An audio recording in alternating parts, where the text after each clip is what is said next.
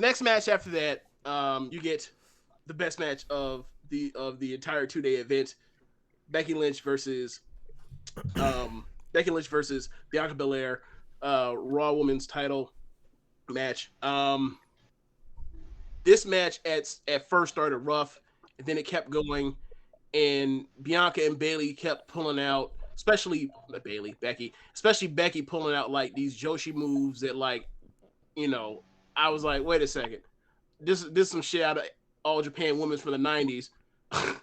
Oh shit. She just pulled out like this Io Shirai move from like 2013 that like Io don't do no more. Like what? Like when she hit like basically like the Molly go round deal, I was like, okay. When she ended up doing the Momorachi Hurricanrana pin thing, I was like, okay. And then Bianca tying that in with Bianca stuff, where Bianca could just do anything, because she's so gifted. And like Bianca is someone that I thought could be special, but like as you're watching these WrestleMania matches, you're just like, she could do this every year. This could be her thing. Just come out and just 4.5 here, 4 stars here every single year. Like at this point, like shit. Look, people were talking about like people say this all the time. Who's going to beat Roman? Who should take the belts off Roman? I'm here to say right now, Bianca should take the belts off Roman at this point. Fuck it. Why not? The way she's doing it, why not? We got a better big match performer right now in WWE. When the chips are down, when we need to go get 40, do we have anybody on the main roster that's doing it better than Bianca right now with the right opponent? I've been saying this for like at least a year now, so. But nobody listen to me. Yeah. Moral of the story: Bianca's great. Becky had her working shoes on. After the first initial start of some roughness, it just kept getting better and better and better until ultimately Bianca reverses out of something, ends up getting the KOD and puts away Becky. Great match. And one of the better examples of WWE, like in recent years, like when we get on their asses for being really bad and fickle with their own long form storytelling, this is one example for you say, look, why can't you do this more often? So hats off to them for sticking to their guns, like, because obviously I still want my fucking Sasha and Bianca 2 match, but to get to what they got to at SummerSlam, to get to here, and still had her, in the back of people's minds as far as Survivor Series and Royal Rumble, a really good Royal Rumble finish, placing or whatever else, and beating on a giant like Vince likes to have his baby faces do. He committed to her, and we'll see what they have for her, because like I'm concerned that like eventually Becky has to get it back because of what they want to do next year at WrestleMania. But for the time being, like Bianca is just she's 2 for 2 right now with classics. WrestleMania classics. Tanya, what you got on this match? What do you think they want to do next year? Oh, Becky Ronda. You sure? Yeah. She got beat by a big boot. Yeah. Well, we'll get to that when we get to it. But I the got logic a theory behind on that. The logic behind that is, well, if she just beats her, what does Ronda do then? Like, so let's continue to feud. Ronda win. Ronda probably hold on to the belts for a while, and eventually they'll get to that next year. If it had been me, I would have done it here. But next year is in LA. Ronda's from South California. Whatever. That's how they want to play it. Like they did the triple threat match, when they shouldn't have done it. So the way to do it, to spend the whole calendar year is you do the Becky match here. I'm sorry, the Charlotte match here, and then WrestleMania next year. If after doing another year, she wants to get out, this is the exit point there. You have Becky send her off.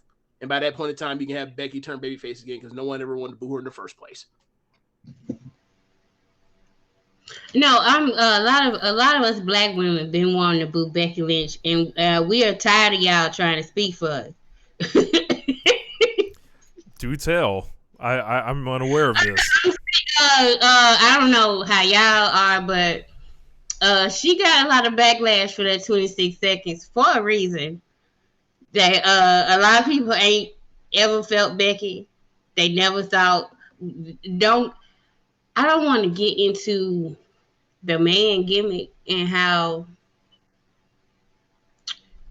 some women don't like how she had to take all the femininity out of herself, essentially, to get this big, huge push by the company. A lot of people weren't going for that. We like the lipstick and all that. We like the Sasha Banks and the Bianca Belairs that they're just them. They didn't have see that with Becky. A lot of us see all these things as her putting on an act. So she was being a good girl.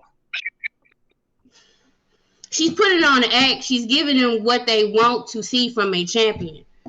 And that's not, it's a lot of people don't see, like, y'all mean, oh, she's authentic. We don't see that as that. She is not authentic. She is putting on this act to be in that position. That's the same. But now when she went to Big Time Bex, you see how the way she dressed and the way she carrying herself, the way she acting. It's because she is chasing being that champion. She is chasing that adulation.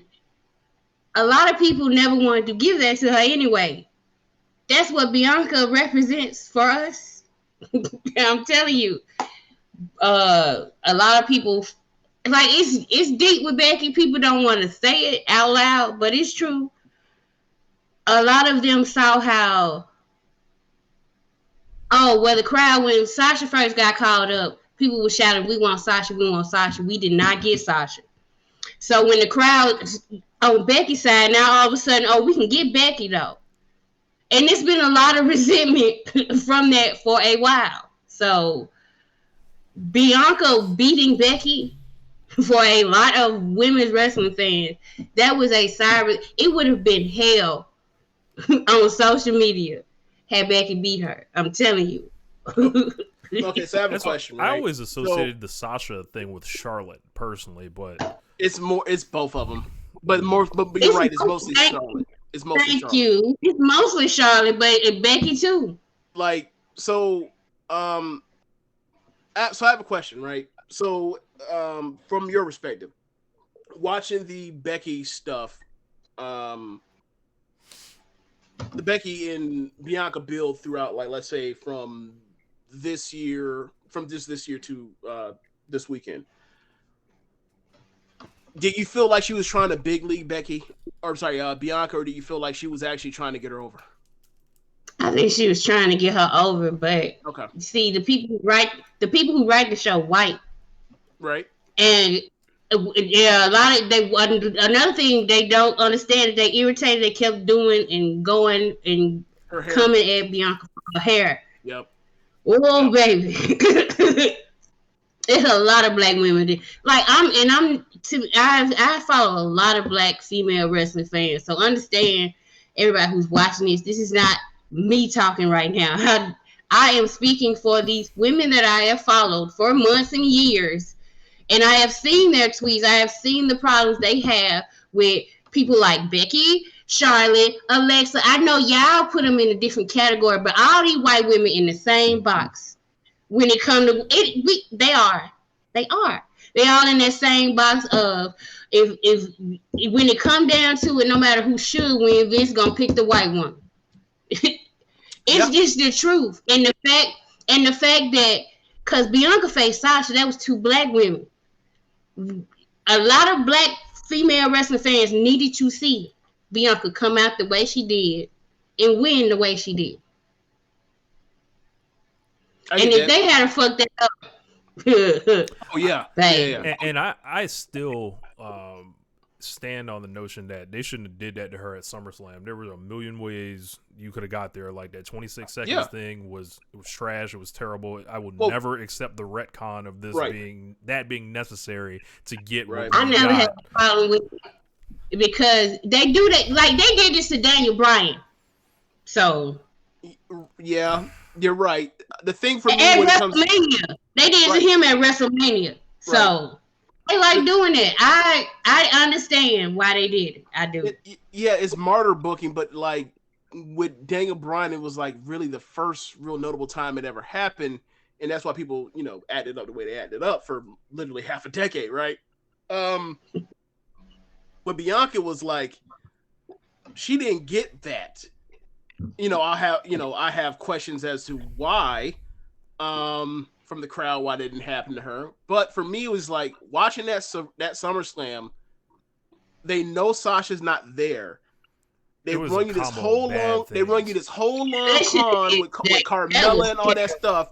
Then they play the Becky music, and it was like, do exactly what y'all did, except have like a 10-minute match and get the fuck on. And you can't say that Becky wasn't ready because she hit the ground running after winning the belt. So it was like y'all just did this to him, test Bianca / embarrass her / see if the crowd was gonna get her more over it. Quote unquote martyr booking. Mm-hmm. There were reports that said that they saw how Bianca handled, like she had to do press after she lost. Did. And Nikki Bella was like, "This is bullshit." So yes, they did test. They do that. They do that all the time. So I hate this shit. They would literally test her in front of everybody.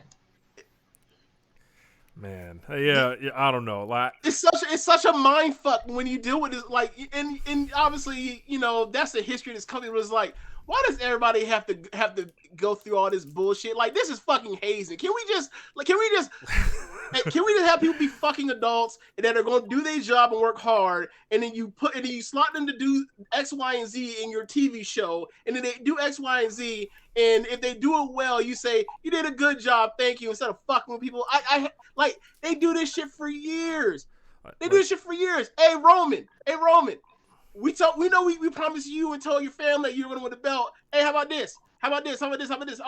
We'll have your friend cash in on you, and then but you'll get it back. Oh, when it's time for you to get it back, hey Roman, how about this? We're gonna have Brock Lesnar, former UFC world heavyweight champion, hit you with a shoot fucking elbow in the head, and then you're gonna fight through it, and then at the end of it, they're going to have Brock pick you up and lift you up after busting your fucking head over to the white meat and beat you with his fake fucking wrestling move when it was supposed to be your night again. Stop fucking with people. This is the shit that pisses me off because it's like, I'm here. I don't look.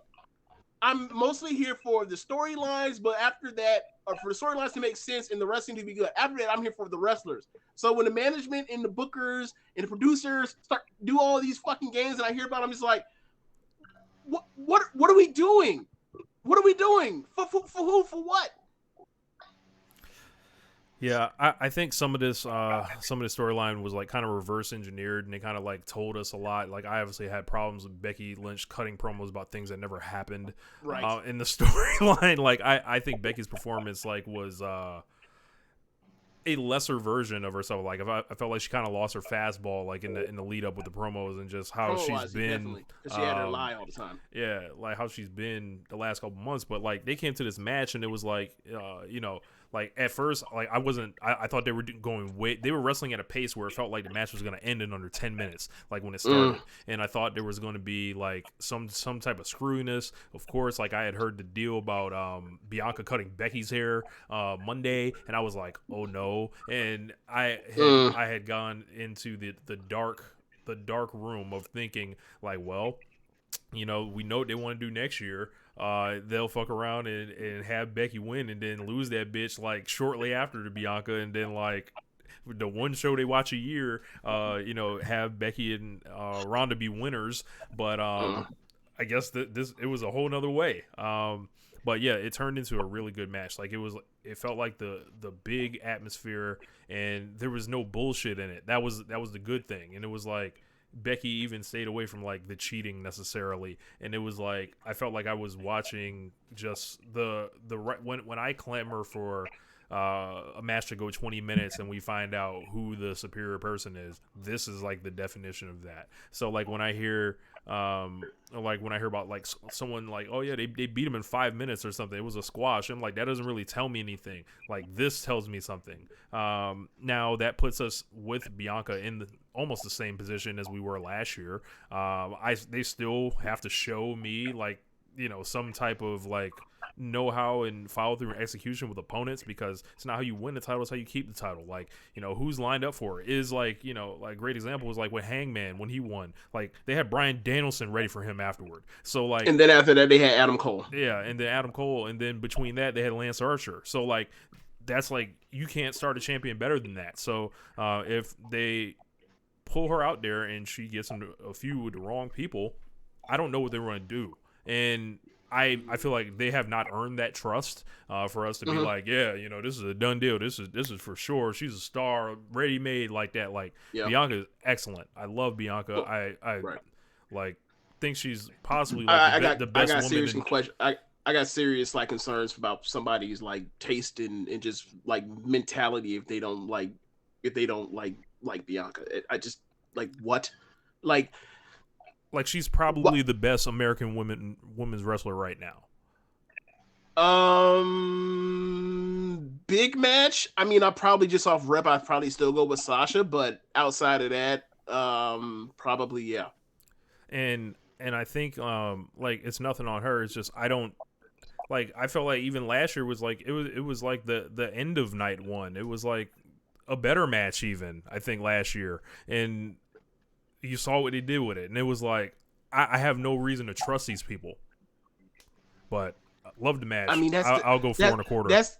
That's the thing with Bianca for me anyway. Like I can have all my questions about what they're doing with her as far as building her in the trajectory to be on the way up, as opposed to just after you get past the initial blip of the show, being right back where you were.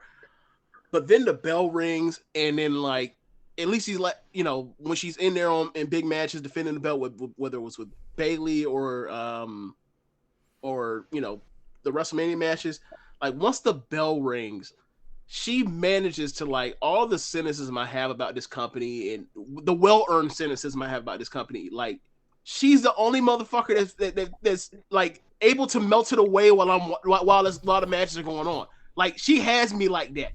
I don't know about any of y'all, but like she literally like just like, never mind that for now. Like she has like the fucking glow to me. Like she's the one. So and like, you know, me and you have been talking about Bianca and also to the extent like as far as like the next person that should be with her is like the next class to, you know, be to the, you know, next level of star. Like her and Rhea were always the ones we were talking about as far as like those two. They should be like, packing the horsewoman up essentially.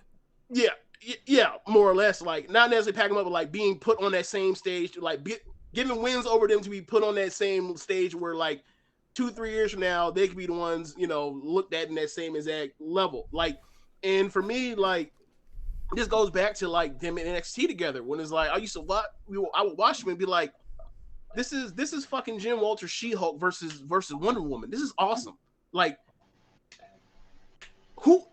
what the fuck are y'all doing with Lacey Evans out here? Get her the fuck out of here. What are y'all doing? Great moments in One Nation Radio history. In 2018, I think I want to say it was either the show before WrestleMania that we did. Like wasn't it early 2019?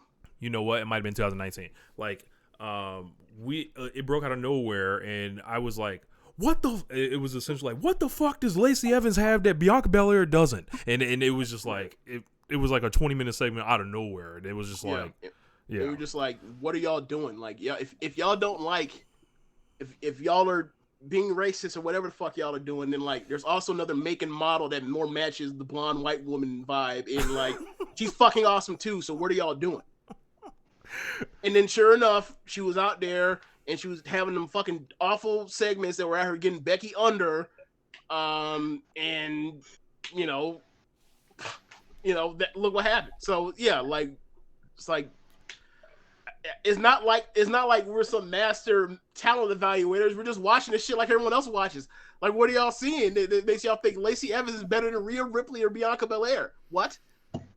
Whatever. But you know, that's one thing to look at, because like the word is with the whole, you know, vampire clique the Edge is doing. Word is Bianca or Rhea might be in the game. So like, if she is going to be a vampire, I want to see the vampire versus Bianca.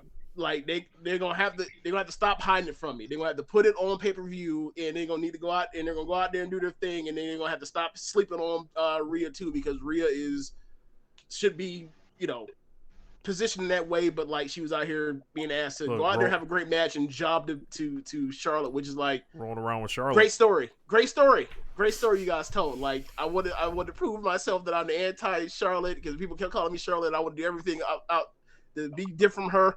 And then what happens? Babyface goes out there and gets fucking hammered like a nail. So yeah. So now that she's a heel, she'll probably get wins that way to come up. And like hopefully SummerSlam, whether it's Bayley back or Charlotte or Rhea, like I want to see Bianca in a big match with someone on that level too. To continue this kind of thing where she's just the big match, you know, the big match star that she has shown herself to be so far.